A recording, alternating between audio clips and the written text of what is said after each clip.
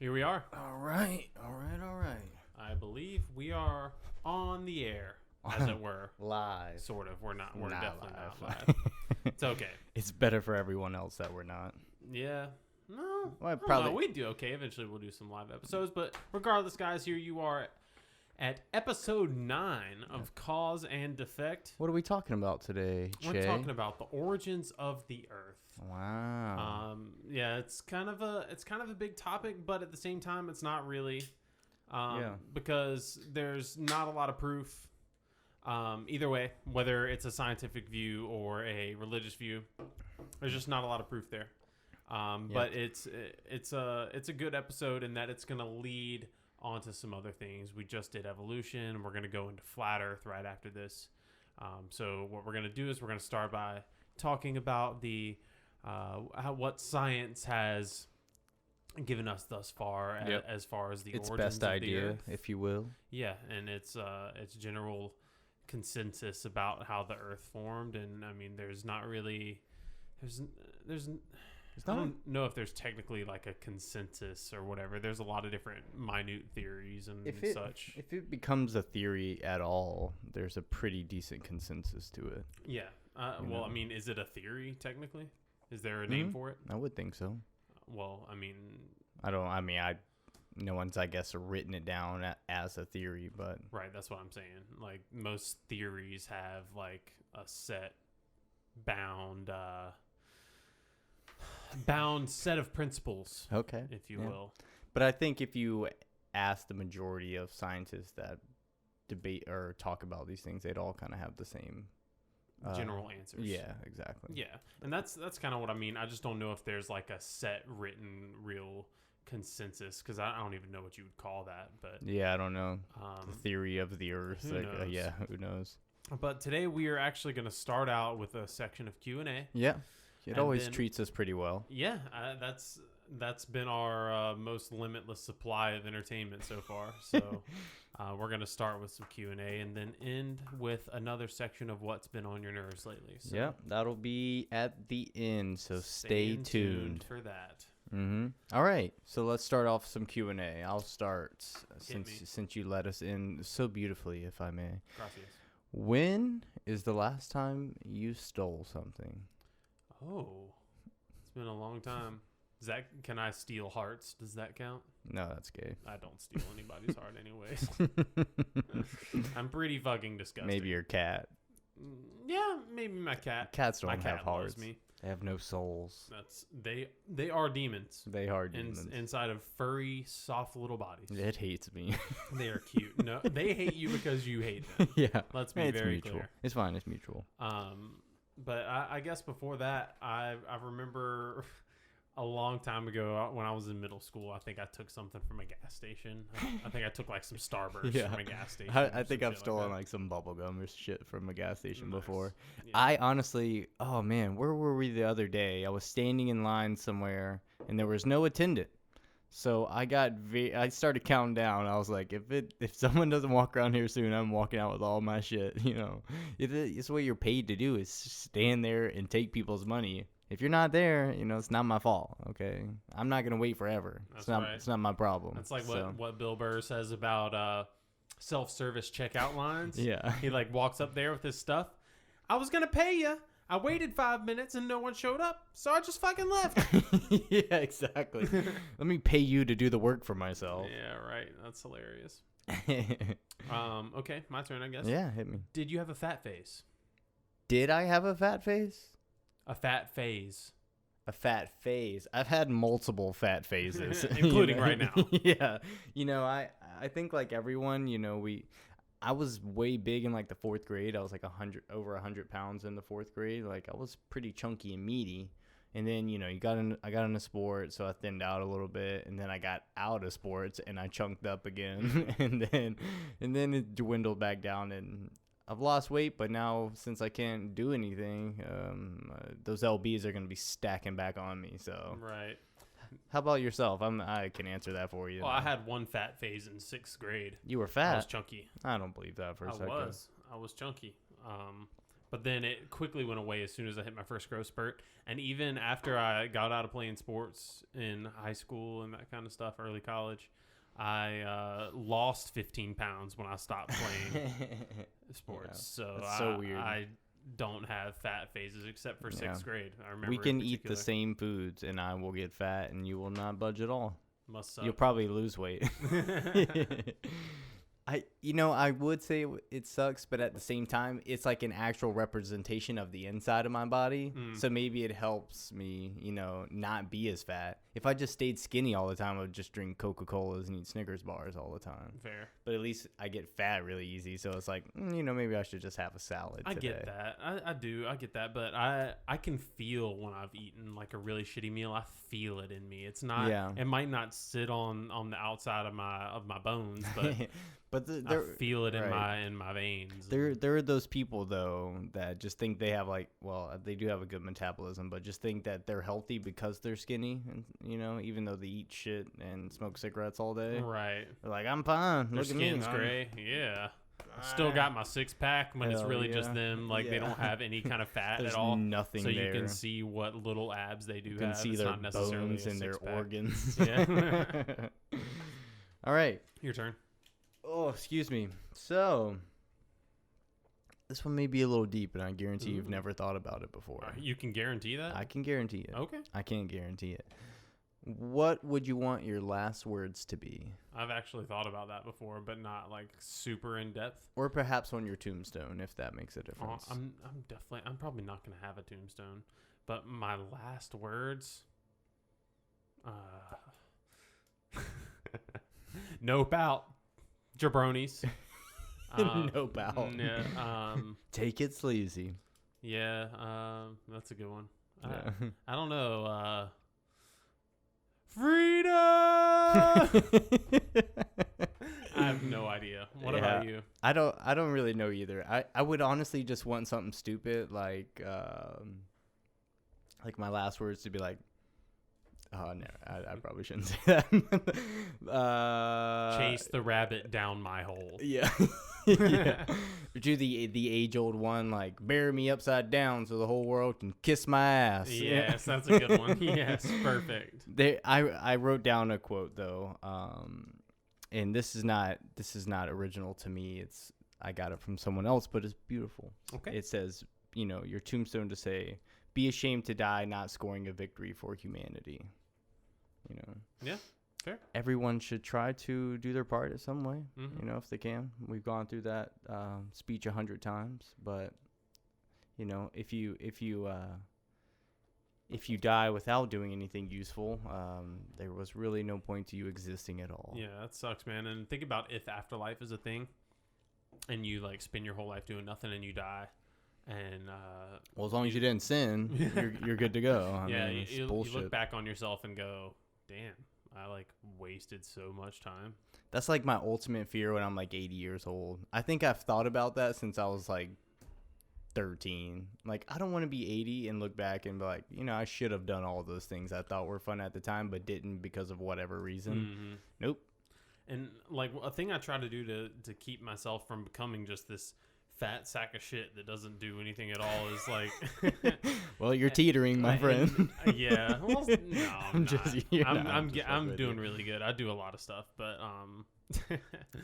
I in the times where I'm just sitting on the couch or doing anything that isn't productive, I try to zoom out and it's almost like a meditation practice, but I zoom out and picture what it's like to be myself. Like take a second, or like even take my state of mind, even in the midst of my my current behavior, and take a step back and watch myself do the things that I'm doing. And if I can support it at that time, then I continue doing it. And if not, then I change my behavior.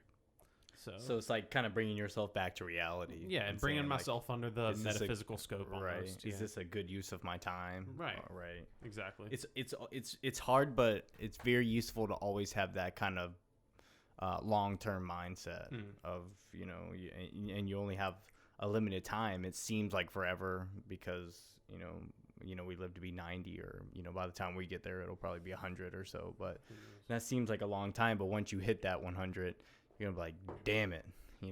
All that time I was sitting there not doing a goddamn thing, but watching things on the internet. And just laughing and scratching my ass or something, whatever people do. Yeah. But you'll want to take that Netflix, back. I mean, like we said before, it's just really easy to do that kind of thing nowadays. And I do it, and I think, obviously I don't think you can be productive per se 100% of the day. Yeah, and you shouldn't, push yourself really to. If that comes naturally, fine, but you should be okay with taking breaks as well. But earn your break. Yeah. Don't just think I woke up this morning, that was pretty tough, I'm gonna take a nap. Yeah. There are kind of times where you have to get back behind yourself and push in a way. Absolutely. Or you should. Everyone should push themselves. It's called discipline. Yeah. You can't just, everyone wants to do whatever they want all the time, but then we'd be fat, useless fucks that can't move and would probably die prematurely due to obesity or whatever it would be. But right. My turn. All right. Well, let me stop you. Did you see the moon tonight? No, I didn't. It's very nice. I stared at it driving down the What is interstate it? on my What's way going here. on? The moon. It's just a big, it's almost a full moon. I don't know if it actually is a full moon tonight or not, but Word. I was just speculating the whole way here. We took something from here and put it on that up there. That is just pretty amazing. That's insane. It's tough to appreciate how far away that thing is too. I know, and it's tough to appreciate not only how far it is, but the apparatus we have to use to get there, and the equations and all the human work hours that go into putting us something that is not what we're used to, and the places that no one's ever been before. Right. I don't know. It took me back on the way here. It was nice. Cool. Anyway, sorry. Go ahead with your question. Oh, you're good. So this is my second question of Q&A. What's the worst thing you can imagine off the top of your head? The worst thing I can imagine? Off the top of your head. Go. Rape. Okay. Yeah. Damn. Okay. Yeah, that seems awful. Yeah, that sounds really terrible. I think we just watched a movie, or maybe I just watched a movie that involved that. It's not something I think about a lot, but it just seems awful to. That's that's the most intimate thing that you could do to actually make someone do something against their will. Yeah. To a certain degree, and that's just ugh. Yeah. No. Sounds awful. Yeah, it sounds awful. How about yourself? The first thing I imagined was burning alive. I thought that was on the forefront. Yeah, but that's the first thing I went to. But I'd rather burn alive than be raped by a prison dick or something. Yeah, I guess that's fair. I don't know what. That's a one-time occurrence. You just burn and die, I know, but think about how excruciating that pain would be. It would only be bad for 30 seconds, I think. Then your sensory or or whatever would be gone. Your nerve endings and stuff. The only thing I picture is the screams that I've heard. That you've heard from burning people? Yeah. Even just in movies, and there are some documentaries. I'm sure it's awful. But I'm imagine sure people. The pain is just too much for anybody to handle, really. So. Yeah, hopefully you would just pass out. Yeah. And then you would just be dead. Who really knows, man? I don't think it would last that long. Okay, so moving on to my next question. Did you ever join that phase in middle school or whatever when people used to crush up Smarties and snort them? No, I did not, because I'm not a fucking imbecile. Did you? You seem like that kind of person. I swear I never did, but I remember going to LEMS and just seeing these fucking crackheads with red and scabs around their nose from maybe I'm making that up, but I don't think I am. I don't know. I remember it being a thing. Yeah, but I just didn't know people were so into it that they would blister their nostrils. People were fucking stupid. Wow. And if someone else goes, that's funny, they're like, "Oh, give me some more." Yeah, right. I'll do more than anyone. Watch me. My dad's stronger than your dad. Yeah, right. Would you rather be frail and old, or smell really bad and be smell really bad, be really small, and be really hairy? So basically a bridge troll or an old useless person. Yes. Bridge troll. Fair. I already somewhat hairy. Look at my head. I probably smell bad, I'm sure. So Yeah, you kind of look like a goblin. And I'm already stubby, so Yeah, that's also true. I'm halfway there. Native sausage. Yeah, I don't. So but yeah, I'll go with that. How about yourself? I think I would rather be, a small bridge troll. I think it's like one of our nightmares to be an old, useless person. Yeah, I've said it before, and I will say it again. If I get old and decrepit, and I can't even fend for myself, I'm dementia ridden, and I don't even know where I am, and I don't know who the people are around me. I don't know what's going on. I don't want to be around anymore. If I am available at that time, I will off you myself. Put a bullet in my head. Like, just do it, man. Come on or out. hit me in the head with a shovel. Come on out back. I gotta show you something. And I'll be like, where? Yeah. Like, what's that mean? Johnny? All right. Nice. That was a good one. Would you be an isolationist if you had access to any resources you ever needed? And you could never see... I feel like I asked something similar this last time. I don't know. You did. I could never see anybody else ever again. But what kind of resources would I have that would... Food, water, whatever you want. Right, Books, TV, anything you wanted. You just can't associate with people anymore. I just feel like I would go crazy if I couldn't associate with a single person ever. Yeah. I think this is very similar to something I asked last time. But, I don't remember. What about you? No. I'm not that useful. If we like stuck someone like Newton or someone that could sit there, somebody that like already has bad social. And they also like hardly had a choice back then anyways. Like, that's there's very a true. lot more stuff we can do nowadays. But I just imagine people like, let's just say someone everyone knows, like Sheldon off of Big Bang Theory. Like if you just sat him away from everyone else and just kind of let him do his thing, he'd probably do a lot more good and wouldn't mind that exclusion from everyone else. Possibly.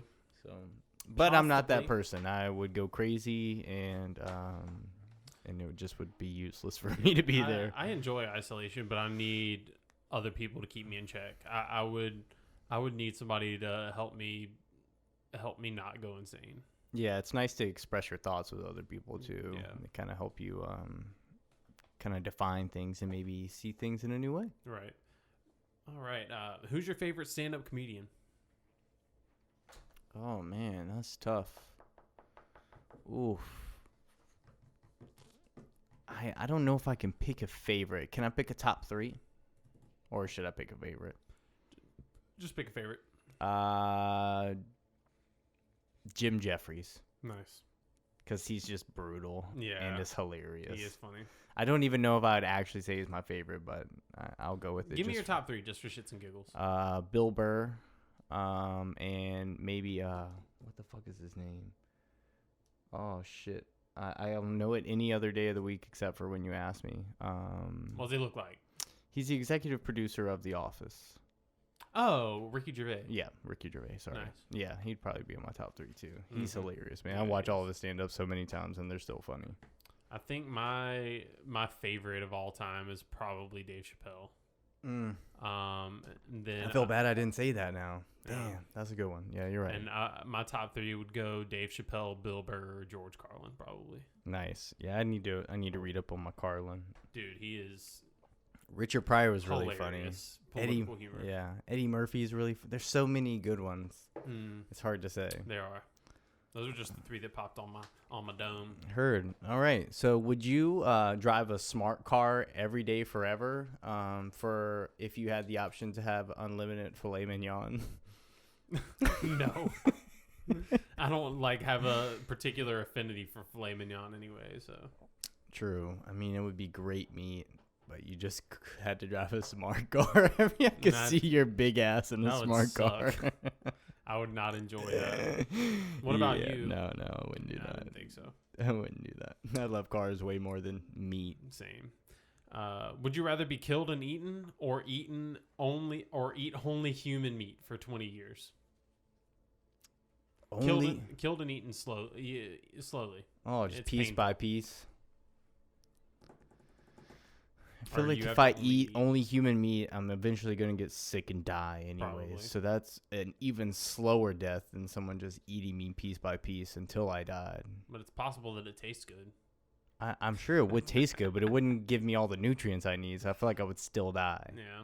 Wouldn't there be like a lot of iron? There's got to be some bad side effects to eating human meat.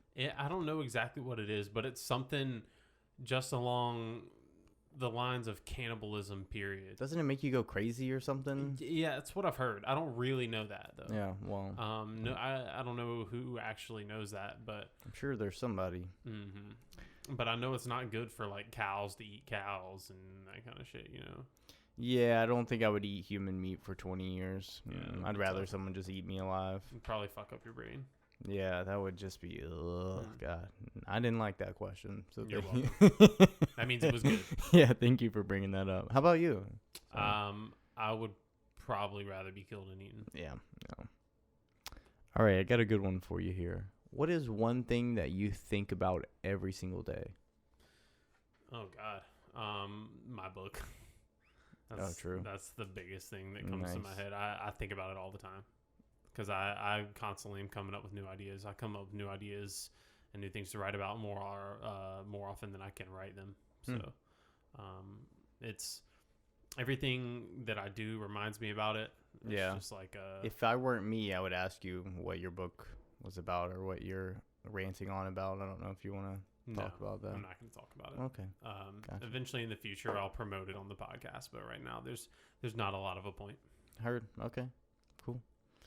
I have to think one thing I think about every day is how fortunate we are to experience consciousness in general. Yeah. I just think it's something that's completely taken for granted, and I take it for granted myself, and it's easy to either get down on yourself or think that you have all the problems in the world and no one else does, but you're incredibly fortunate just to have the thought of your own misery or anything at all, and you should be thankful for it. And for any of those times when you may get down, walk outside and witness what's around you and the things that you get to see, Yeah, it's beautiful. Yeah, like you said, like where you just sit back and kind of think about yourself. Do that, but just think about everything else around you, like people interacting, you get to see the trees and the birds and all the animals and flowers. And, if your life was, so bad, you wouldn't be able to get to enjoy any of those things. So it's not something that should be taken for granted. And it helps me day by day, I'd say. Yeah. One of the other things that I definitely think about every day, there are multiple things that I think about every day, but, a big one of those things is that everything that you sense, everything that you think that is reality, all of this is all in your head. It's all stuff that's like the picture that's made in your head comes from the stimuli that are outside of your body, and then your body's trying to make sense of that. Yeah, it's your brain's best interpretation of what's around you. So you're in a way, you're kind of like watching a movie. And it's that's something that I think about all the time, is like every time I go outside I think about how beautiful the world is, and in that way it being all in my head makes it that much more beautiful. And I can like and when I think about it that way, I feel closer to the things around me. I feel like I am more intertwined. We're all the same, kind exactly. of thing. But that's something I'll get into more in depth at some point. The whole everything is one thing, expressed in different ways. Yeah, no, I totally agree, and I'll definitely touch on that actually the sum of this episode. So I think you got one more question. Yeah. Cats or dogs? Why? I know this about you, but they don't. Dogs. They're friendly. They're always excited to see you. They're very loving and big and cuddly. And cats are little demons that are sketchy and weird and just seem to want to hurt me.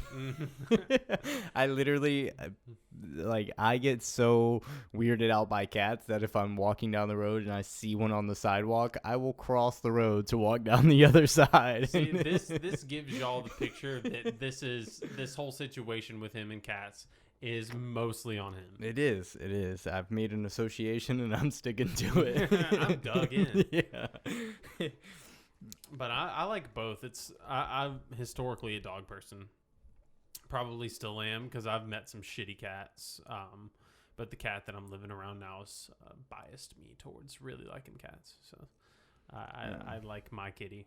I'm sure I could like them, but I just have no appeal to a small little creature. I don't know. I like bigger things for whatever reason that is. Big dogs and stuff. Yeah, I get that. For some reason, it's more. I guess it's more personable because it's more like the size of a human. I guess it's just bigger, and anything super small, just like it's less of of you dominating over the thing and more of you living in harmony with it.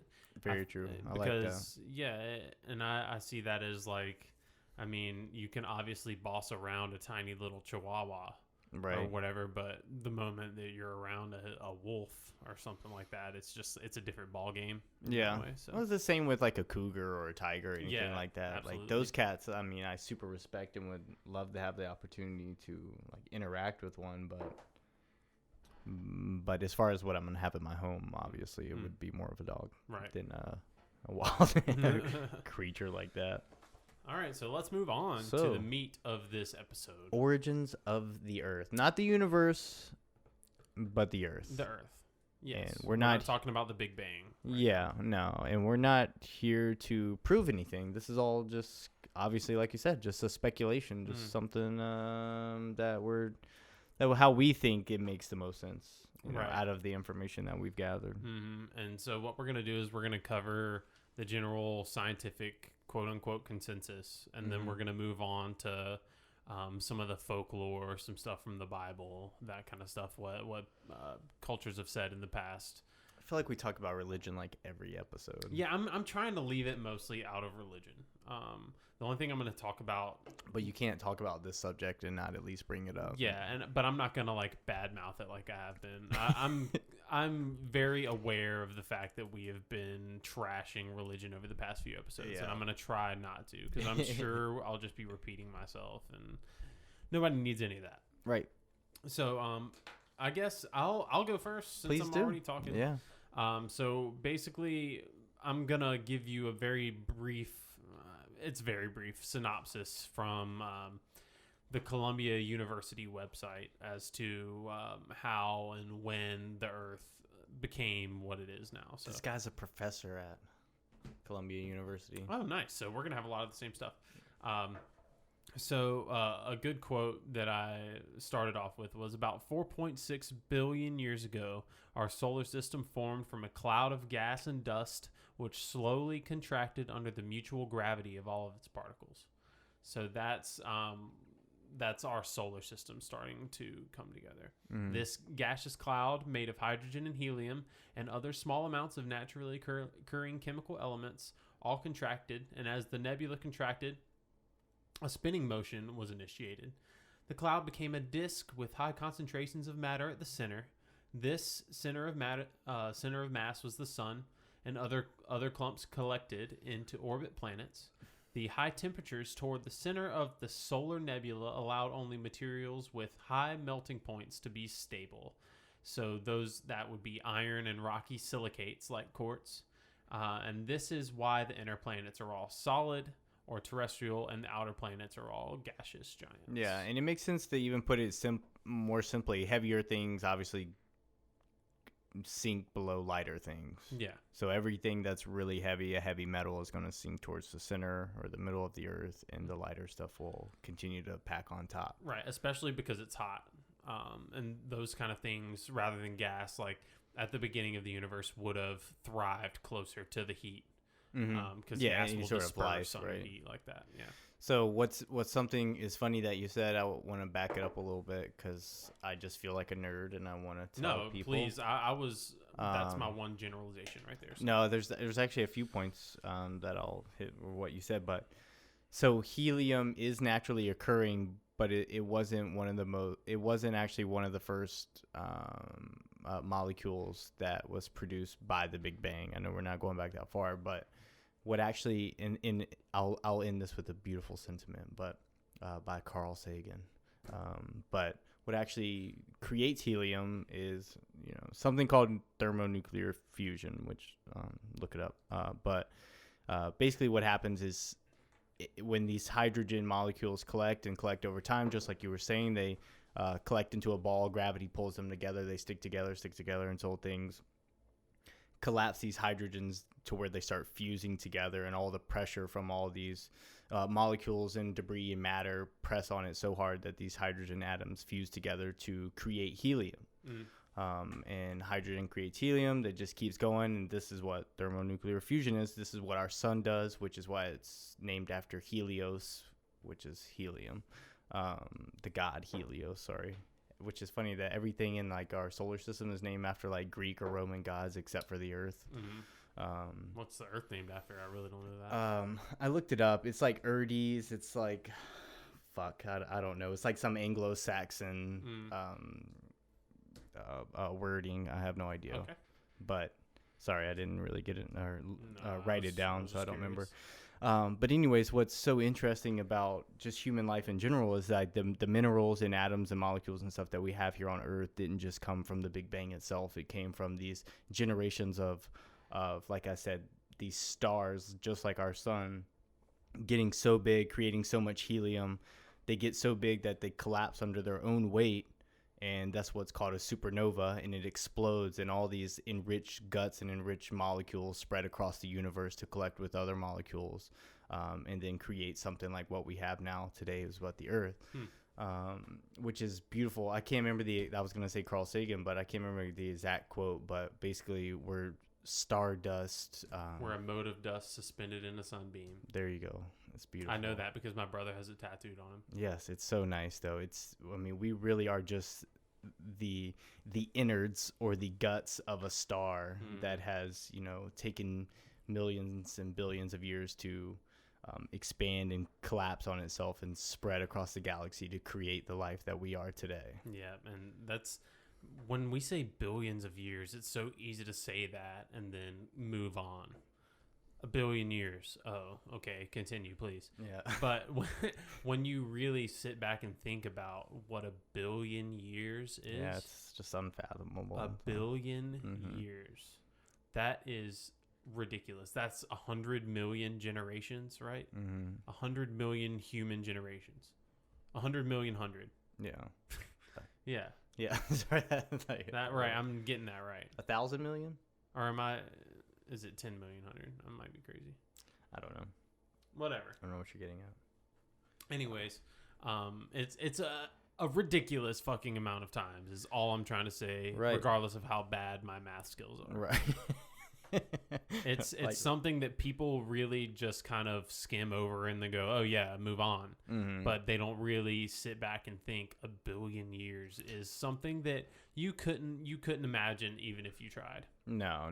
I mean, it would take you an infinite or a billion years to understand what that meant. Right. And I actually did write down a quote. I didn't realize I wrote this, but this was in a book by Neil deGrasse Tyson. I didn't bring it with me, but he quoted, "We are stardust brought to life, empowered by the universe to figure itself out." Yeah. And that goes back to just what I was saying is like over billions of years once again, and over these processes, beginning and ending, like a star, being born and then dying. It takes that much time to just grow what we are today, and now we have that ability to be aware that we are aware of our like future and our past, and we have that ability. And to waste any moment of your life saying that being sad about this or that, like on this cosmic scale, it doesn't matter. Right. It's just a beautiful thing that you have the option to do what you get to do every day. That's the funny thing about time though, isn't it? Is like we can talk about how small a minute is on our time or whatever, but then those minutes add up into hours, and if you waste an hour, then potentially that could be catastrophic for you or for humanity. Like even small changes in your reality come in small amounts of time, and vice versa. Large changes come in large amounts of time. It's all relative. So things just really stack up, especially when you start to get into the habit of wasting time. Things just kind of turn into this stack of time that you thought at the moment that you were sitting there, you thought that was trivial. It was a small amount of time, and it doesn't matter. But the more that you do it, 10 years go by, and you're like, holy fuck, I just wasted my life. Yeah, exactly. And I don't remember this. I remember seeing this a long time ago, but like you waste or not waste, but you use however many years of your life actually sleeping, and then you use years of it, waiting in traffic. You use, years of your life, eating or whatever, all this other stuff. All that adds up eventually. And if you spend the rest of your time, just playing video games or staring at the computer or the TV, which again, I'm not saying that is bad altogether, but it does add up over time. And we have a very, very finite amount of time in comparison to the cosmological scale. So, it'll be funny to even see if, consciousness exists past the human duration. What do you mean? Like, if humans don't continue to exist in just throughout time, if all consciousness will be lost amongst the whole universe. If humans die, then I can't. I mean, like, the whole Earth would have to die for all consciousness to die. And to say that would be to say that we are the only planet harboring life right now. And I honestly, the way that I've come to see that is a very bold and arrogant statement. Because if you look into it, there are trillions upon trillions of I mean, like an infinite amount of places where life could exist. There are a shitload of planets that we haven't discovered and that we have discovered that are in Goldilocks zones that have the potential to have liquid water and that kind of stuff. So to say that we're the only place capable of developing life is basically to say, one, you believe in creation, like the creationist kind of viewpoint, because that would mean that we're special and unique and whatever else. But if you extrapolate that and take it into something along the lines of Earth happened, or life here happened because of the Big Bang, then there's no way that in this random corner of the universe we're the only place that harbors life. There are all of these other potentialities for planets to harbor life. And if you say that we're the only one, I've started to feel like it's to make yourself feel special. And there's not really anything else beyond that. Well, I think a big thing of what we do is just to give ourselves meaning. And if life exists amongst the entire universe, then what makes us so meaningful or useful at all? It's something that it makes people feel comfortable. It makes them feel special and gives them this meaning to live, that they're their only thing in the entire universe that matters. And like we grew up around that, and that's a lot of why people feel so entitled to their God-given rights or whatever they want to call it, manifest destiny and all this kind of bullshit. It honestly makes me laugh. But you actually hit on a few things that I had written down, so that's great. I'm glad we're on the same trail here. But I was gonna ask you if you think intelligent life exists elsewhere in the universe, and when I mean intelligent, obviously we are the ones that define ourselves to be intelligent. Do you think that there's something either comparable to us or more intelligent, I guess? I think it's definitely possible. I would honestly, I don't know. Obviously, I'm not an astrophysicist, or I'm not somebody that used to live on Mars in a previous life, and now I've got this bank of information in my head that's inexplicable.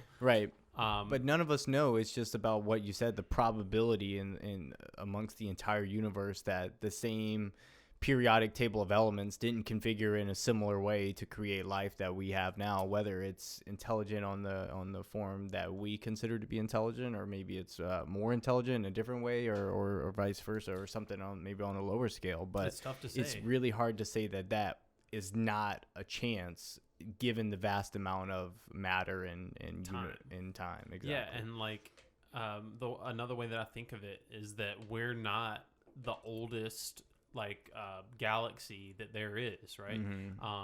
Our Earth is apparently, according to science, what they've found so far, about 4.6 billion years old, and then they've postulated that the Big Bang happened 13.8 billion. Right. So if you think about the amount of planets that could have formed in that 10 billion year mark or 9 billion year mark, that's a lot of possibility right there for something to be more advanced than us because of time. Now, given, and I know you know this, but given that for a lot of that part of time that no life could have existed at all due to the temperature of the universe, it took a long time for the temperature or the universe to cool to where matter started actually interacting with each other. Okay. And particles started interacting and collecting with each other in order to create matter. So there was a time period where nothing was existing, and it just may have looked like potentially photons or something like that. But still, I think in the grand scheme of things, even in, let's just say, 4 billion to 10 billion years ago, there's got to be some chance that things exist elsewhere in the earth, in the universe. Yeah. And like you said, Goldilocks zone. So I'll explain what that means. For those that don't know, that maybe aren't sciencey as we are, I don't want to take anything for granted, but I also don't want to assume that people are stupid. So no, I mean, it's something that we need to do throughout this podcast just to make sure that we're on the same page as our listeners. Yeah. If you already understand this, maybe skip forward a little bit, but we're trying to make sure everybody's on the same page. Yeah, that's our point, is to take something big and bring it to everybody. But Goldilocks zone is just a habitable zone of where a planet is in a distance from its host star to where it's not too far away to where water would freeze, and it's not too close to the sun to where the water would evaporate. So it's right in that Goldilocks, that perfect zone where you have liquid water like our Earth does. And it's not something as of, I think, even 10 years ago that we really knew or could observe out in the universe. And they're actually called exoplanets. They're planets that we have found orbiting it was like orbiting their host stars in this Goldilocks zone. And we found thousands of them at this point. So we have found thousands of potential planets out in the solar system, out in the universe, that could have liquid water. And anywhere that we have noticed that does have liquid water harbors some form of life. Bacteria, whatever it is, it has some form of life in it. Right. And we have no reason to think it would be different elsewhere. So I think that's fascinating. I would like to take a second while we're still in the science to touch on some of the theories of the origins of life on Earth. Not necessarily the origins of the planet. I don't know if you went into that at all. No, go ahead. I'll bounce off of whatever you say. But I've got some things, and I'll touch on all of them. I'm gonna go ahead and read through them now. Maybe you can break them down based on their words and kind of get an idea of what they are. So panspermia is one. Biopoiesis is another. Endosymbiosis, spontaneous generation, and some of these kind of overlap a little bit. Clay theory and materialistic theory. Those are the 6 I wrote down. Yeah, I didn't get into any of those, but feel free to. Okay. So panspermia is basically the idea that life originated at some random place in the universe and has come to life through a meteor or multiple meteors. That makes sense now. Yeah. So that's what they call panspermia. Which a lot of speculation is how we have our moon. It's actually potentially just a chunk of either our planet or one of the ones nearby. Or another planet that crashed into Earth. Yeah, exactly. And it got so far out and then couldn't escape our orbit. Right. Escape. Did I say that? Yes, Escape. you did. Escape. Our exit and escape put together. So I'll jump onto biopoiesis, which is one that's I think it can overlap with a couple of these other theories, particularly clay theory. But it's the study of how biological life arises from inorganic matter through natural processes. Okay. And they've done experiments on those with specific electrical. What's the word I'm looking for? I can't think of it. I don't know. Electrical Currents, circumstances, or processes, or just a general electrical setup of the place around them. Basically, it's like the way clay theory puts it is that electricity or electrostatic fields provided a way for life to build itself. It's like a skeleton without a physical skeleton. Wow. And that's the one that I like the most. Yeah, because it makes a lot of sense if you think about how crystals are formed. And right, but I've never put that together. I don't think I've ever heard that before, which is fascinating. Yeah, it's that's the one that I read it and was immediately like, yeah, that one makes a lot of sense. So basically, clay theory, it says that complex organic molecules arose gradually on a pre-existing non-organic replication platform, which are silicate crystals in solution. And I don't know if you know anything about silicate crystals, but they have very unique semiconductor properties, which piezoelectricity is like. I've talked about that before. But well, to me, you have. Yeah, and I've talked about it on the podcast a little bit. But silicate crystals have very interesting electrical properties, and they're, as the Columbia University website stated, and I'm sure it's not the only one in stating this, silicate crystals and silicates in general are one of the building blocks of the close planets to the sun, including our Earth. So iron and silicates, which quartz is the most common one. Right. So that's somehow gathered together to create a cell or some sort of organism. Yeah. If you want to, well, it would create some sort of interesting electrical properties in electrical field, if you want to put it that way, which is part of what scientists are starting to postulate as to how life arose from inorganic matter. Right. I assume that would be what binds cells together too. Is these sort of forces. Yeah. Yeah, but I like that theory a lot, especially with regards to how it kind of incorporates how our electromagnetic field for our planet is produced. Yeah. It's the interaction of the iron core and the silicate crystals surrounding it is what scientists postulate. As of 2017, there was a scientific article that basically attributed a large part of our electromagnetic field to a humongous ocean of silicate crystals and quartz near the planet's core. Nice. So I think what's so fascinating too is, going on these, nuclear forces that bind us together as human beings and all life that we see and across the whole universe, as far as we know, the physical properties that we have here on Earth exist throughout the whole universe. They don't change, in different quadrants as far as we can tell. But what is fascinating is if those forces were off just by a degree or a fraction of a degree or something like that, then the entire universe would probably cease to exist how it does today. Right. Like you change, the strong nuclear force or Planck's constant, you change any of that to a small degree and things throughout the whole universe can't exist as they do today. Right. And this might sound like an insane rambling, what I'm about to say. If it does, you can stop me. But it's not going to be as much of a ramble as it is. Like, I hear people say, like, one of the arguments for creation is that the elements of our existence and the setup that we have is so damn perfect to harbor ourselves, to harbor life, that it couldn't have been done in any other way besides a creator. I've heard that. more than once. Mm-hmm. So basically, they're saying that there's no way Can I jump naturally. on this? Of course, you may. Yeah. Sorry. I mean, I can see how you would think that, but that's completely egocentric to think, again, that we're like the perfect being here, and the only way that life could exist is if it existed this way that we have.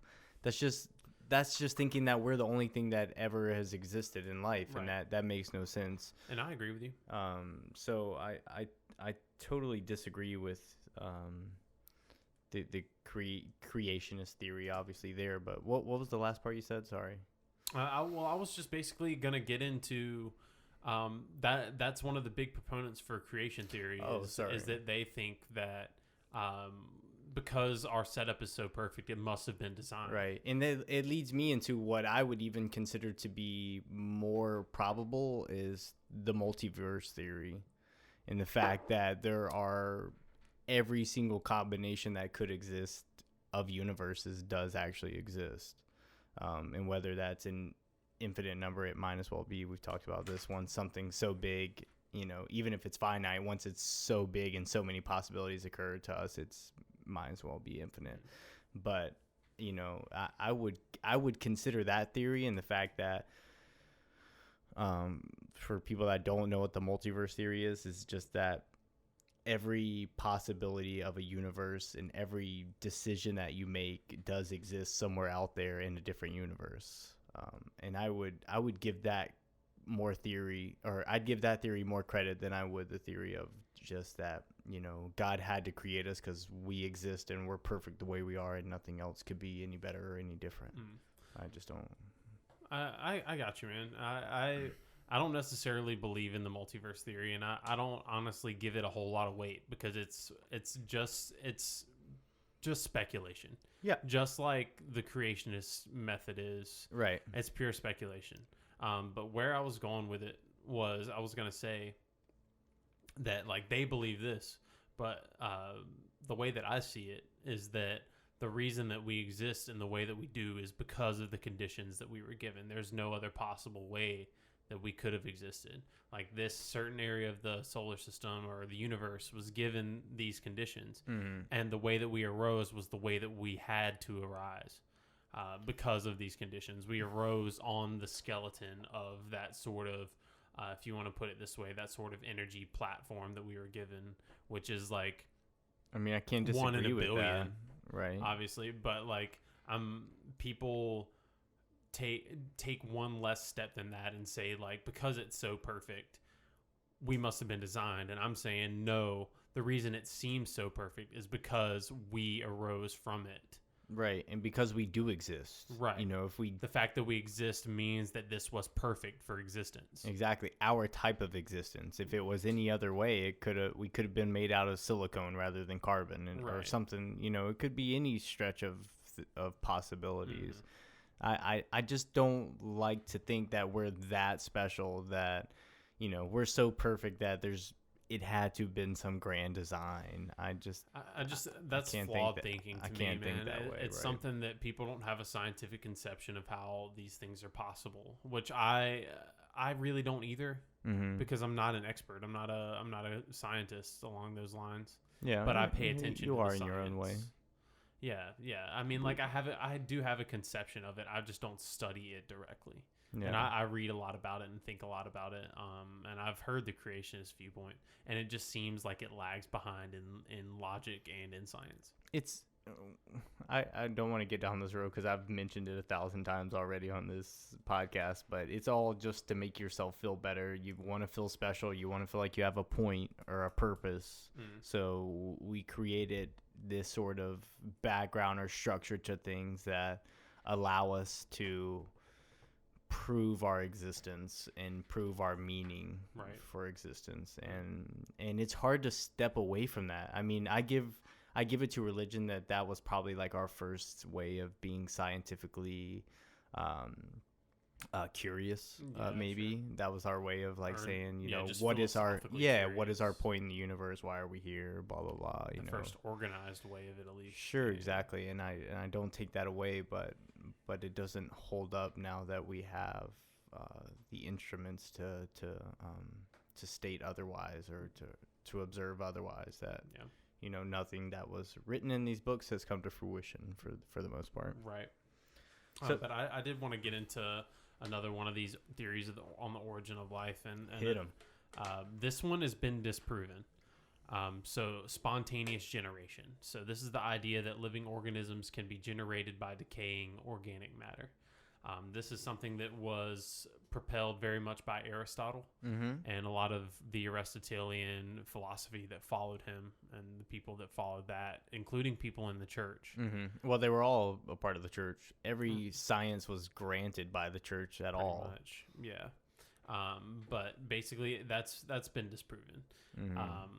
It's not true, but the idea that decaying organic matter can just somehow sprout living material, I guess there's probably some sort of logical angle that you could take it to make it make sense, but scientifically it doesn't hold any ground. To maybe give birth to all life in general, I couldn't see, but in a weird way, could you maybe distort it to say that like maybe decaying matter gives energy and nutrients to other living things? But that's true. But when they say decaying organic matter, they don't mean something living that's decaying necessarily. Well, what else would it be? Organic matter doesn't have to be living. I mean, it can be anything with the definition of organic is that it is carbon based. But just because something's carbon based doesn't mean it's alive. Okay. That's like the difference between inanimate and animate. Okay, so a rock. Yeah, could be an organic something matter that's made of carbon. Yeah. I mean, like coal is organic because it's got a carbon backbone or whatever. So yeah, interesting. Yeah. So, I don't want to interrupt you with your points. No, I was just gonna talk about spontaneous generation. There's a couple more that I might jump on. Like endosymbiosis is something that if you break down the word, you could figure it out. But go ahead. Sorry, I cannot stop yawning.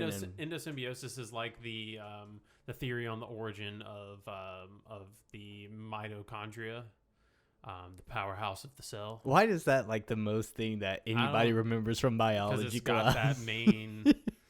I swear to I don't even know what powerhouse of the cell means, but I can tell. I guarantee you, like 90% of people can recite that back to you. Yeah, I know. But like that's the idea of how mitochondria came to be inside a cell, is that one cell enveloped another one, whether by happenstance or what have you. Greed. Yeah, and eventually maybe it happened a bunch of times and didn't take, and then like there were a couple times where it did take, and that thing that it enveloped kept on doing its thing within the cell, and then they just started to integrate with each other and then work as a pair. I don't know how that would work, but endosymbiosis I don't think has been proven or disproven. It's just the theory of how mitochondria came to be inside the cell, and being that mitochondria kind of seem a complete entity in themselves. So that's kind of the idea that that's interesting. They were a separate cell at one interesting point. Hypothesis. Yeah, I thought so. So I want to interrupt you to just say, and I think I already said this actually, but what do you think will happen when the Earth that we were given and that we spawned off of and out from is no longer inhabitable? Well, I mean, I'm hoping by that time we'll be off planet or something. If we render it inhabitable, or if we're around long enough to see it become inhabitable, because we because we have been around for so long that potentially it'll dry up because we get closer in proximity to the sun, or whatever you want to say. Yeah, the sun will actually explode eventually. Yeah. And will engulf us and burn us to a crisp. But that's millions and millions of years from now. Right. So by that time, I mean, if we're around for another million years, we're going to be very excelled in our I couldn't even imagine prowess. Do you think it would be, most people say, we'll go to Mars and terraform Mars, right? If we spent the money and resources that we were going to use to go to Mars and terraform it, do you think that we could just do that here? Well, I mean, if we're talking about at a point in the future where we're closer to the sun, there's Well, yeah, no, I'm not going that far. I'm not invoking the sun. I would think here. it would be easier to terraform Earth, yes, and like yeah. Wouldn't we be better spend our resources that way? Think about all of the peons that exist on the planet and how they would be upset at terraforming. Think about how many jobs would be lost and all that kind of shit. Whereas if we go to Mars, there would be no kind of backlash against whatever they wanted to do to the entire planet. So there would be like riots and whatever if they tried to terraform here. I can imagine if we tear this planet up, how less of a shit we're going to give about every other planet that we ever inhabit. Yeah. It's just like, it's never our host planet, and, you know, we can just go to another one if we want to. Right. So, let's just fuck this place. Wasn't there some sort of theory? I'm kind of getting off base here, but whatever. Wasn't there some sort of theory that they could, like, drop atomic bombs on the poles of Mars to create another electromagnetic field there? I have no idea. I think I've heard that somewhere. That sounds fucking ridiculous. I don't think it was, you know, I don't think it's ever going to become relevant, but I think I did hear that our best chance is to somehow try to recreate an electromagnetic field on Mars to create an atmosphere. Yeah, I mean, what would have to happen is that, like, according to how I understand the electromagnetic field of our planet, is that we would have to cause inner motion contrary to each other. So like some sort of metallic thrust one way and then a semiconductor or electrostatic thrust the other way. Those two interact and create an electromagnetic field. That's kind of, I mean, generally that's how it works. Yeah. I don't know as much about it as you. But I don't I don't think it's possible, but it's just speculated because it seems as if like Mars has had one before, an electromagnetic field before, because they had running waters and I don't want to say canals. That's not the right word. Canals is more artificially made, but like streams and rivers, riverbeds and things like that on Mars. Which I am excited for us to go back via spacecraft, which they are in the midst of making. And that bitch is huge. Nice. Yeah, it's like the size of like a minivan or bigger, I'm pretty sure, like the probes that we send to Mars. That's awesome. Yeah, they're insane. So did you have anything else you wanted to talk about as far as the origin of the Earth goes? I mean, there's not really a lot of controversy surrounding that, if I'm honest with you, other than the creationist viewpoint, which we've covered. I have an ending note, and that's about it. Okay. Well, I've got folklore I would like to jump into. I don't know. Oh, yeah. Sorry, I wrote down a couple of just interesting folklore tales about how the Earth. For whatever reason, I think it's just because I wrote it at the bottom of my notes, is I just assumed that I was going to talk about that later. But no, let's totally get into that. So I think one of the points of this, it could be even construed as folklore, is this type of multiverse speculation or hypothesis. The fact that, you know, our universe is not really special. It's just one out of many universes, and this is just how this one came to be, and this is how we formed inside that multiverse. Right. Another one would just be a sort of another possibility of how our universe or our Earth got here. Forgot we were talking about the Earth, not the universe. Yeah, we're not on the Big Bang yet. We'll do a whole episode on the Big Bang, I'm sure. But some say it could be a computer simulation. Maybe some very, very intelligent species out there in the cosmos has created such a sophisticated program to replicate life to where we exist in that simulation and have no thoughts otherwise. You know, would that be such a bad thing? I mean, I don't think so. I can literally give a shit less. Well, when you say simulation, do you mean like a computer simulation, or do Correct. You mean like, okay, because I was thinking about it as like, when you say a computer simulation, in a way that's still kind of real and tangible. What do you mean? Sorry, what are you getting at? When you say a simulation, it's still something. It's not something from nothing. There's still a computer chip running some sort of physical electrical impulses to make whatever it is that you're calling a simulation. So when you say a simulation, I don't know if you meant if it was physically set up, like somebody set up, like almost the flat earth argument, like somebody set up our sun and our solar system and our Milky Way, and that is also real in itself. So it's like a grand design kind of argument, but by not necessarily by God, but by like another race that wanted to just see what happens. Yeah.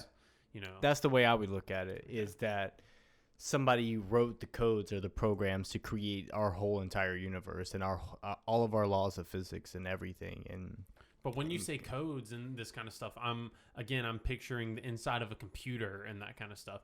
But the way that I'm thinking about it, on the contrary, is that somebody had the resources to physically do the things I'm talking about. No, I wouldn't say that. I would say like it's inside of our species there. Right. No. You're saying like actually, yeah, like physically created. Yeah. No, I'm saying it's all written in code and we're just a part of that program existing, like the Matrix almost. Right. It's like someone created the code and we exist in this. It's like the Sims. We're like the fucking Sims or something, and we just exist in this fairy tale land that is just made up by some geek in his basement or some shit. Right. And we know nonetheless, if anything starts to go, if life gets too easy, they throw in war, or they throw in fucking Donald Trump, or they throw in some bullshit just to mix everything up and kind of see how the rest of the humans, exactly, how some human civilization interacts with whatever they throw into it. Yeah. And it's just some kid in his basement just fucking plugging along until, game's over, he ruins the earth, and then they just start over or some shit. It's an infinite amount of possibilities. That's funny. Yeah.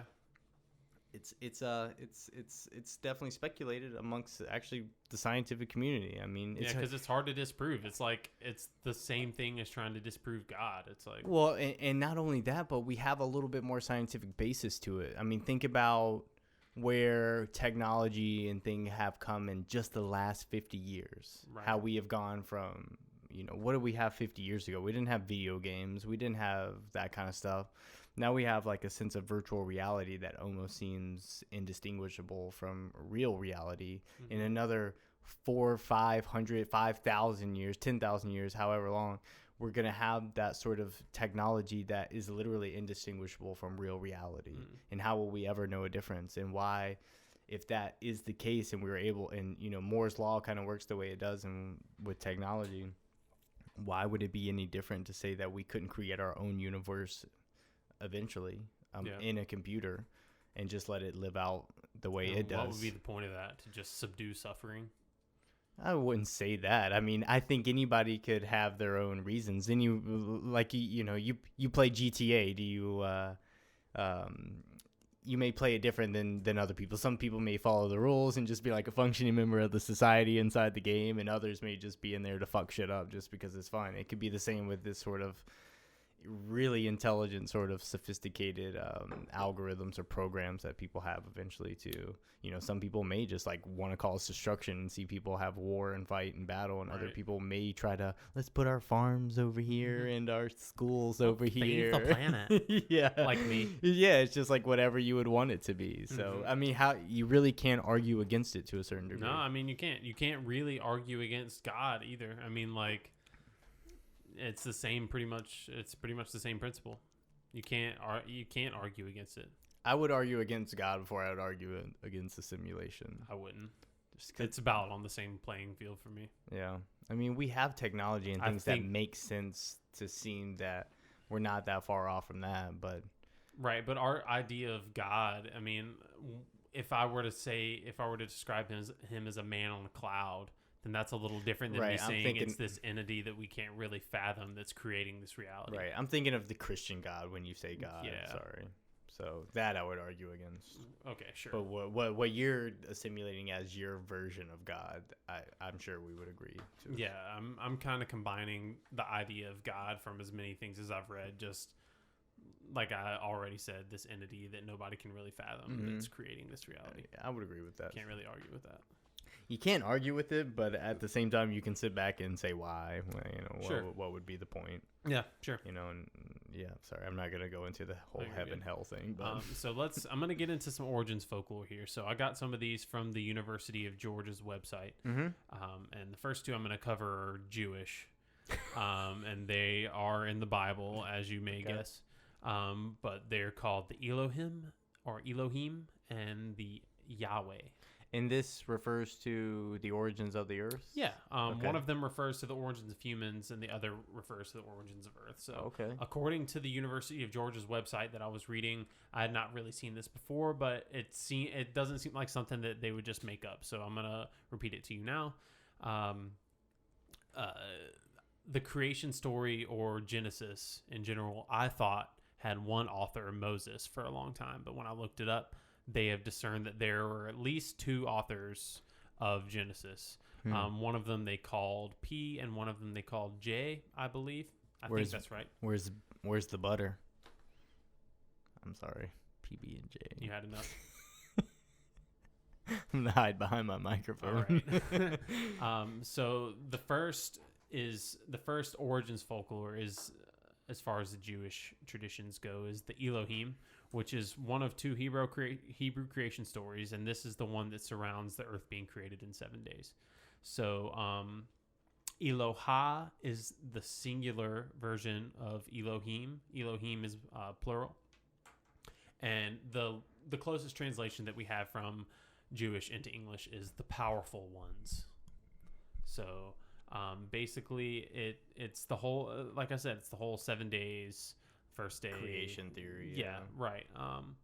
But they postulate that the use of the plural Elohim might harken back to the polytheistic roots of Middle Eastern religions. Because it's the powerful ones, not the powerful one. So in the Bible itself, it refers back to polytheistic themes. That's the whole. That's the arguments that they're making, or the evidence that they're claiming is that the Jewish people call that the Elohim. And I don't remember reading Elohim in the Bible I read. But like I've said 100 times before, and I'll probably say 100 more times, the Bible has been translated and retranslated. It's so distorted from what it was originally. Yeah, so it's hard to say what the originators meant. Yeah. It's tough to say. But as long as it makes you feel good. Right. And Yahweh is the story of Adam and Eve in the Garden of Eden. So, yeah, there are multiple authors in Genesis, and the two are the idea of the Elohim and the idea of Yahweh, which is the one God, and then Elohim is obviously plural. We'll have to get someone very religious in here to school us. I would be interested if somebody's studied that sort of thing. Yeah.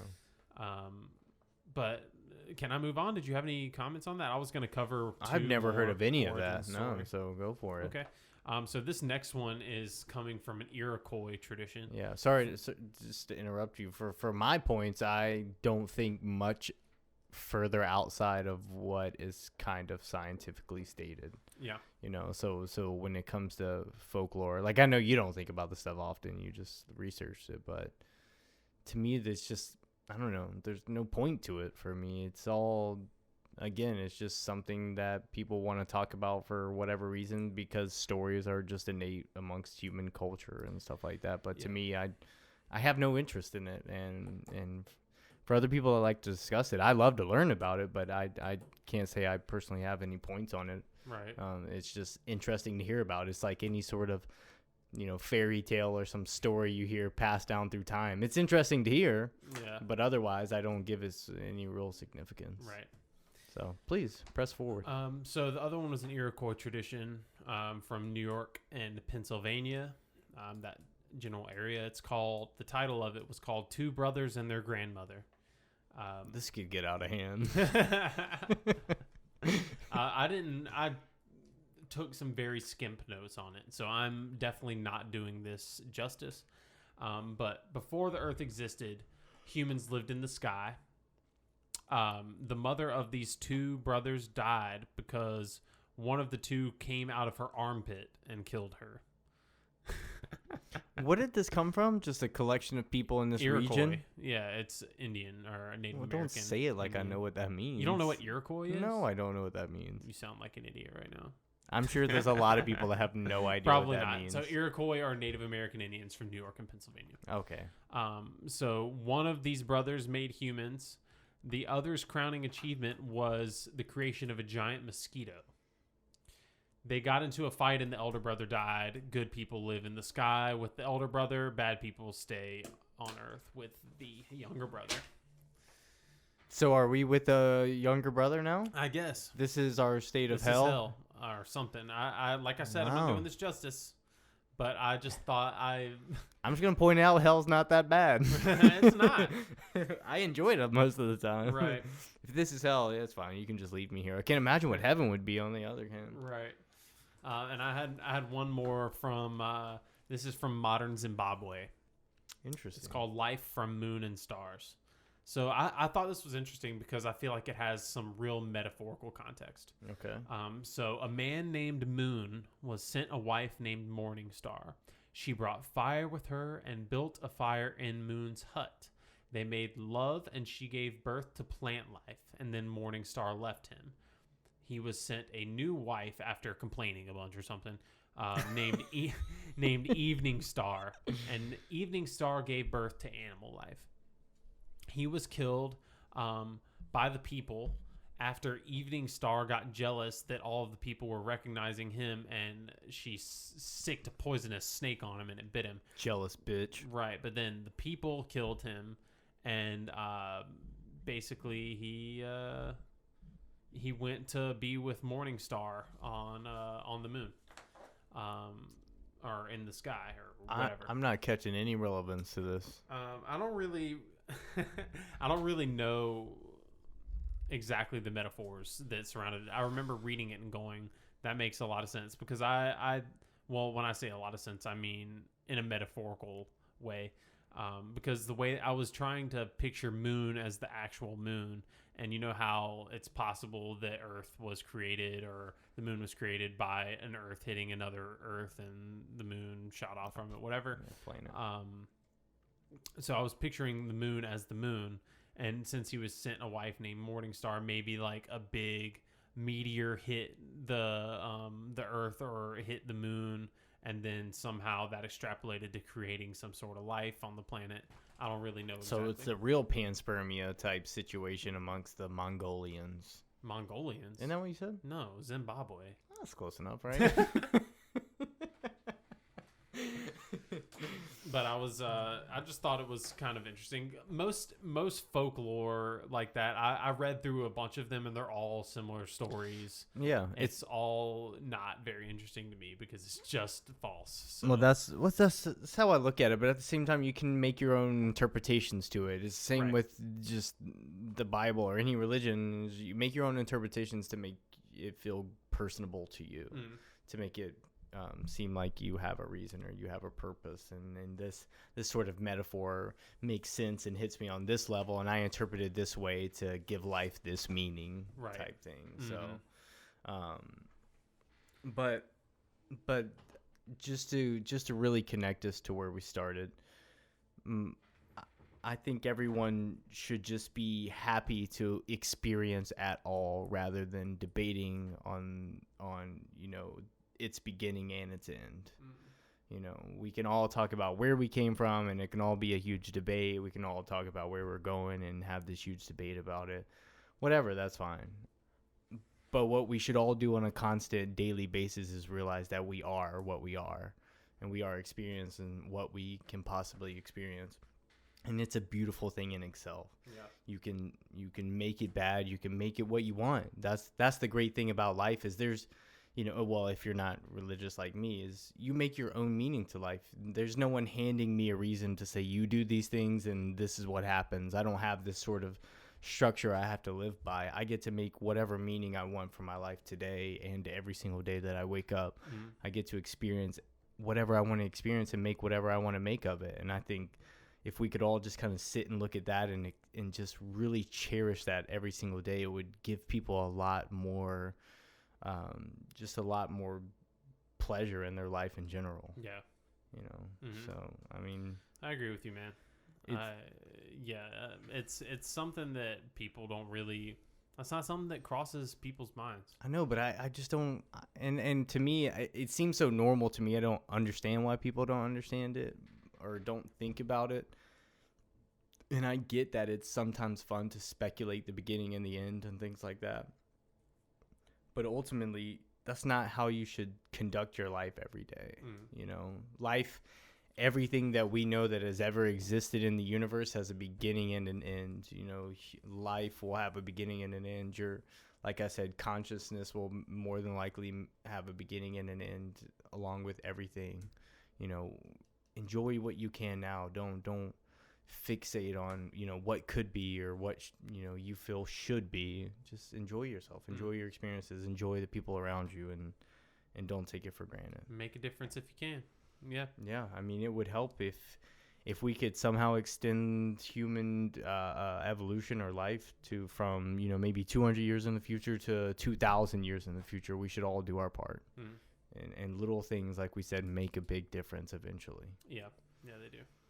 And it would be nice if everybody had that kind of perception, but they don't, and which is part of the reason that we wanted to do this podcast. Yeah, and I can't say that, you know, I've always had this perspective, but you eventually get tired of asking why, and I think you eventually get tired of moping. Or for me, it's like, you know, I don't want to be depressed. And again, what I was saying earlier, I don't want to like look back on my life and say, you know, like most of my 20s, I was very introverted and depressed. And because this is all the stuff you see online. It's like we all are, you know, we just want to lay around and watch TV, and everybody has anxiety and all these problems. But like, do you really? Like, can you not just get up, change your, I think a lot of it's really just based on your mindset. Can you not just get up and maybe look out of your window, see the sun rising, see the beautiful trees, and go, wow, you know, I'm very lucky to have this experience right now. It's certainly a disorder at a certain point. Of course, there's chemical imbalances. I'll give you that. I can't argue that. But I really think that a lot of the times it's under your control. I think so too. Absolutely. Yeah. I mean, not to say that it's never or that it's always under your control. But I do think that it's really easy to say, oh, poor me, and then sulk in yourself. Yeah. I'm going to hit on that in a second, actually. Yeah, you don't have to do that. No, I'm going to talk about it. It's actually one of the things that I'll talk about in our final segment. Okay, cool. So that's what's up. So I want to say one thing is that like the stuff that we're talking about, the generation of the earth, whether it was spontaneous or whether it was through creation or whatever, we are all saying all of these different postulates with the assumption that the earth is round. Now, I wasn't ready for that. I'm just trying to perfectly lead us into our segue here. Because it's obvious the reason that we're doing that is because any other model makes no sense at all. So I just wanted to jump on that before we jumped off of the whole Earth origins thing. Yeah. If you understand gravity at all. I mean, I guess everybody that thinks the earth is flat has to assume that creation was the thing. Like somebody or something created the earth to test us or whatever. Yeah, sure. I don't know. I don't give these people much of my attention. We'll give our entire next episode to flat earthers. So yeah, that's going to be great. I would love to, number one, have one of them attack us. Yes, that's directly. That's a hope and dream of ours. God, please come at me, bro. But I'm ready for that. No. So any other final words for our talk on the origins of the earth? I'm out for now. We'll revisit it. Yeah. Let me just go ahead and simply put my last words. The earth was not created in 7 days, and it took billions of years for us to get to where we are today, and you should cherish every moment of it. Amen. The end. Amen, brother. All right. So final segment. Let's move on. So today, for our final segment, as we've already mentioned, we'll talk about what has been on our nerves lately. And I feel like you started the last segment, so I'm going to start this one. Okay? So, which is perfectly ties into exactly what we were just talking about. I told you I would say this again. What's been on my nerves lately? Everyone whining and thinking that their problems are the worst and should be cared about amongst other people. And it's so prevalent right now with this fucking virus and bullshit. We all have to stay indoors, and everybody's anxiety and everybody's, freaking out that it's the end of the world, and like they have the biggest problems, and little things like this. Well, I shouldn't call it little things, but things like this can't happen just because of their anxiety and their depression. Is going to send them into a spiral, and other people should, I guess, care about that. Well, I mean, like that goes with alongside the whole people taking offense thing to stuff, and I understand there's a certain point, like if somebody's being bigoted and are expelling bigotry and they're meaning it, and they're just being a fucking dick just to be a fucking dick or whatever, then that's understandable. But I think Tom Segura said it really well, is if somebody gets offended, you have the right to feel that way. You have the right to express how you feel, but you do not have the right to expect anybody else to change themselves because of the way that you feel. Yes. And that I agree. I agree with that. Yeah, and I totally agree with that. And where I was going is we have this such, especially and I'm sure it exists a lot of amongst American culture and maybe just first world problems type thing. But we all have such a sense of entitlement that we think that our lives are like the most disastrous that one could be at. Or maybe that's just the way I take it when people whine about shit. Because we've all gone through incredibly hard times. We've all gone through good times. You name it. We've all done it. So for you to sit there and say, like, my day is so horrible because of this virus and my anxiety and all that, like, just shut up. Everybody's going through it. Yes, just make like the I best said, of the situation. make the best of it. You get to wake up every day and make the own meaning of your life, and you want to just sit there and cower in your fucking shelter and cry about all these things that happen to you. Get over it. Mm-hmm. It's getting on my nerves. Yeah, shut up. It leads right at my first thing that's been on my nerves was the coronavirus panic in general. And I'll explain a few reasons why, and it's not along the lines of what you were saying, really. There are a couple things. One of the biggest is that everybody's so focused on the coronavirus panic that we're being distracted from other things that are happening. Mm-hmm. And I know this is the case.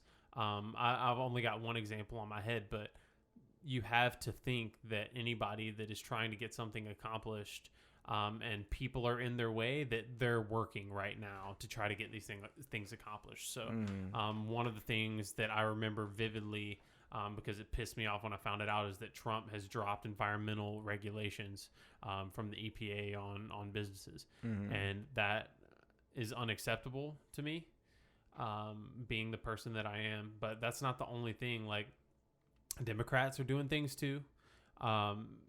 It's just politicians taking advantage of this time to get things done that maybe would have people in the way if they weren't so worried about this coronavirus. They can more easily kind of slide it under the carpet, so to speak. Right.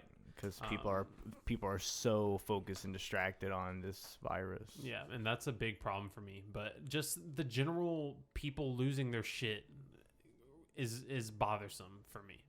Because when people lose their shit over something, it's not the thing itself that is the danger, it's the people. Mm-hmm. So it's like the people that are overbuying everything and the people that are just being incredibly selfish about this whole situation are the problem. And people who think it's okay to buy up all these masks when we have a shortage instead of leaving them to the medical field. Yeah. That really bothers me. Somebody who would have mass ordered masks for themselves and their family rather than, like, in case somebody gets sick, the medical professionals that need them and trying to take care of them are getting sick. Yeah. Which maybe that points back to a problem that we need more medical masks, period. But I'm thinking of along the lines that people are just so damn selfish inherently that as soon as some shit hits the fan like this, they don't consider anything but themselves. Literally nothing, whether it's the greater good or not. Yeah, they're willing to throw out everything just to make sure that they survive. You know, all human constructs and, the idea of right and wrong is just completely right out the window as long as they can survive. And and it sucks for the virus too, because you can't get away from it. Any website you go to, it's the first thing on the website. Any emails that you get from work, anything on social media, anything that maybe doesn't even have anything to do with the fucking virus, it's gonna show up somewhere. And it's I understand that it is something that people should be aware of, and it's somewhat of a serious. Yeah, it is definitely serious. Yeah, thing that's going on, but not so serious where we need to forget our fellow humans. Yeah, our fellowship in general. Just that we are a community, and the fact that we are a community is what makes us strong. Mm-hmm. And people just tend to just not give a shit. Yeah. Like, as long as me and mines are good. That's right. I've never heard anyone say that, but. All right, what's the second thing that's been on your nerves? It's a little less serious, but seeing everyone making the same memes over and over again. And I talked about this a little this weekend when we were with my mom, and I guess she made a good point. Maybe it's just like the TikTok phase that people are going through. But you see these, like, somebody comes out with a video that's really funny, it goes viral, and then people make renditions of that exact same video over and over and over again. It just gets less funny and less funny and less funny. It's like that fucking little baby Yoda meme that I hate so much now. I get that it was cute and it was funny at first, but we saw the same meme for 2 months straight. It's not funny anymore. It's not funny. I will never understand that. It's become ingrained. Yeah, it's just annoying. Like, with all the things out there and on all of Earth and all of existence, and we just talk about the same thing for months straight, and people are still like, haha, this is great, let me repost this. Right. It's not funny anymore. It's just get over it, make something else. Sorry, it just annoys me. Oh yeah. My second one was gluttony in general, and that kind of alludes back to the whole coronavirus thing a little bit. But it's easy to be more gluttonous nowadays. And gluttony bothers the shit out of me, because it's like, it's the ultimate selfish act. Well, no, it's not the ultimate selfish act, but it's incredibly selfish. You're thinking about it's okay to be gluttonous sometimes, but like if you are eating just to eat, or like buying up all of these things at the store just because you might need them in the future. And you can. Right, and you can, exactly, and you can do it, that you should. That whole notion, and the food culture of America is part of it too. I don't think it has just to do with the virus itself, obviously. No, I think it goes back to just the way that, we have this sort of thought process that everything has this like obsolescence to it. We just consume and throw away, and things will just keep coming our way. Mm-hmm. And we can do that forever and ever until we deem ourselves satisfied. Right. And it's not a normal thing to eat when you're not hungry. Like, if you're not hungry, don't fucking eat. Just because it's time for a meal, it doesn't mean you need to eat. 12 o'clock. Society tells me I'm supposed to eat right now. Right, so everyone else is eating. I got to eat. Seriously, man. Whatever. Oh, man. This next one's going to be good. I even wrote ... LOL. Oh, amazing. Let's hear it. Small talk. Small talk gets on my nerves. I don't know why, but I love having real, genuine conversations with someone, and like actually getting to know them and how they think about things and how they just function throughout society. But small talk has always been something that I've just never generally cared about. If I see you in a store and I haven't seen you in a long time, hey, how you doing? We should catch up soon, blah, blah, blah, blah, blah. Like, I'm never going to see you again. Like, we really don't have to do that. Just like a simple wave, like, hello. Yeah. That'd be fine. And it feels like so many fake promises of, we're going to hang out soon, like. Yeah. It's like, to me, I don't even bother with that. And I think a lot of, no, I shouldn't say a lot of, but I think some people may possibly get offended that I don't interact in that sort of conversation. And it's like, I thought we were friends and you don't want to talk to me. It's not that I don't want to talk to you. Just don't want to have that same meaningless conversation that's going to result in us still never hanging out and then having that same conversation later 6 on months down. later. Yeah. It's like, let's just skip all this. Let's get past this. I agree. Yeah. Or let's just wave and move on. Yeah, exactly. Hey. Nice to see you. Yeah, nice to see you you. later. And bye. Good luck with your life. Yeah, that's and all. Your kids. That's all I need. Unless you really have something genuine or something interesting you want to talk to me about, just, don't waste your time. I probably don't care. Yeah, right. So anyway, sorry, that was my last one. No, you're good. My final one is Zodiac Maniacs. What a beautiful way to phrase that. You're welcome. You can use that if you like. I will, probably not. But people who ask for somebody's birth date and immediately assume 100 things about them. And yes. God. Yes. I don't even feel like I need to say anything else. We just finished Mercury's retrograde. Even though that Mercury doesn't retrograde, but sorry. Bro, I'm not going to sit here and say that astronomy is invalid or that everything involving zodiacs doesn't have any kind of basis in reality, because it's possible that the electromagnetic properties from the planets interact with our planet in odd ways. I'm not saying that, but what I am saying is that the date that you're born does not dictate your fucking personality. That's what I'm saying. Exactly. It's all this very broad and general obscure bullshit that people can just somebody's going to talk to me and be like, oh, typical Capricorn. Yeah. Fuck off. Like, what? It's like I could probably read the horoscopes of a Capricorn or a Leo. I don't even know what they are. And seem I'm an Aries, so I don't belong with that group. However, I could probably somehow read that and be like, oh, that kind of, assimilates or attributes to what I do or how I think. Right. That's what it all does. It doesn't. I want to know who sits around and thinks that shit up. They're like, what is the broadest thing I can think about this one person? You know? I hate it too, and I think it's dumb. Well, sorry, you didn't say you hate it or you thought it's dumb, but I do, and I have no interest in it, or do I think it has anything to do with, like you said, someone's personality or what actually constitutes society in any kind of way.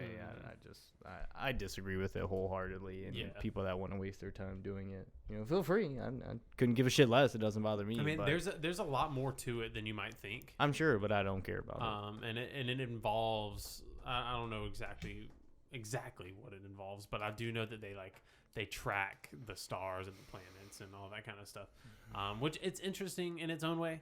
But there's no to say that it has like a big overarching effect on your brain chemistry is a far reach. There is no sort of scientific grounding here. Yeah.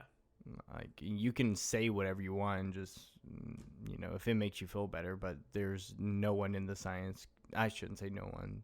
The majority of the people in the scientific community are not going to agree with you. Right.